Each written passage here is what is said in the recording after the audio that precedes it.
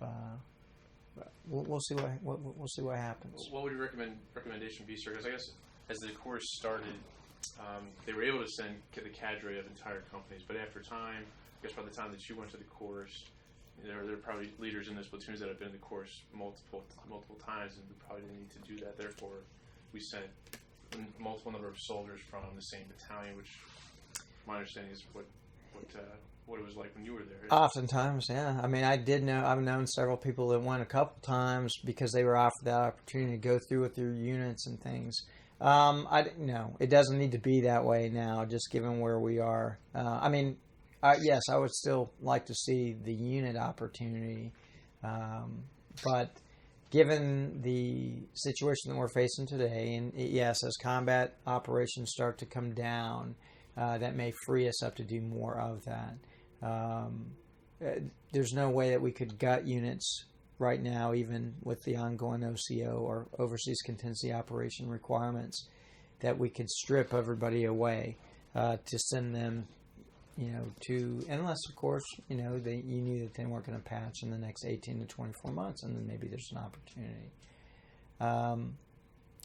I want to see what we're doing with leaders. For example, the combat arms maneuver, or the maneuver center of excellence, where that is a requirement that when they come out, they fill up the course and they go through Ranger School. Well, let's do the same thing with the Sapper Leader Course then, and take the majority of our lieutenants and reserve certain slots absolutely for the NCOs that may be here with either attending an ALC or SLC course. Probably earlier is better.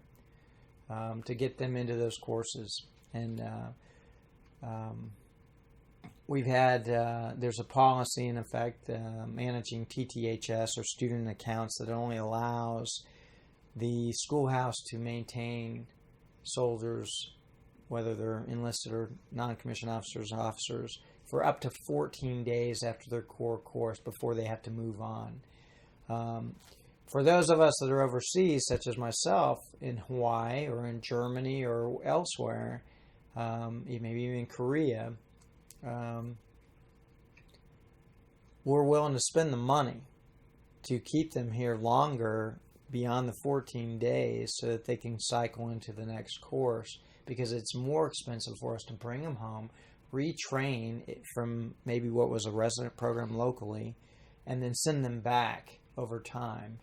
When they were probably ready to go as a result of a pre-certification course or interest that was done locally. So, sir, from your experience as brigade commander, speak to the specific challenges that you're working through to get your soldiers to the course, and then maybe comment on the enhancement of your brigade. With graduates of the program.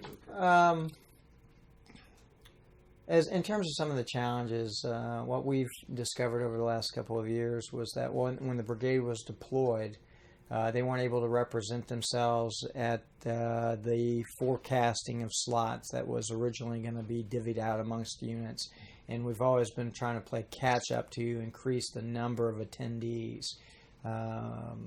at least since I've been in command, and it's been over 20 months now.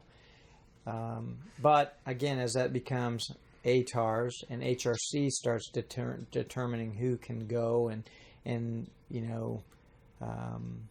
I guess the selection criteria for who is available.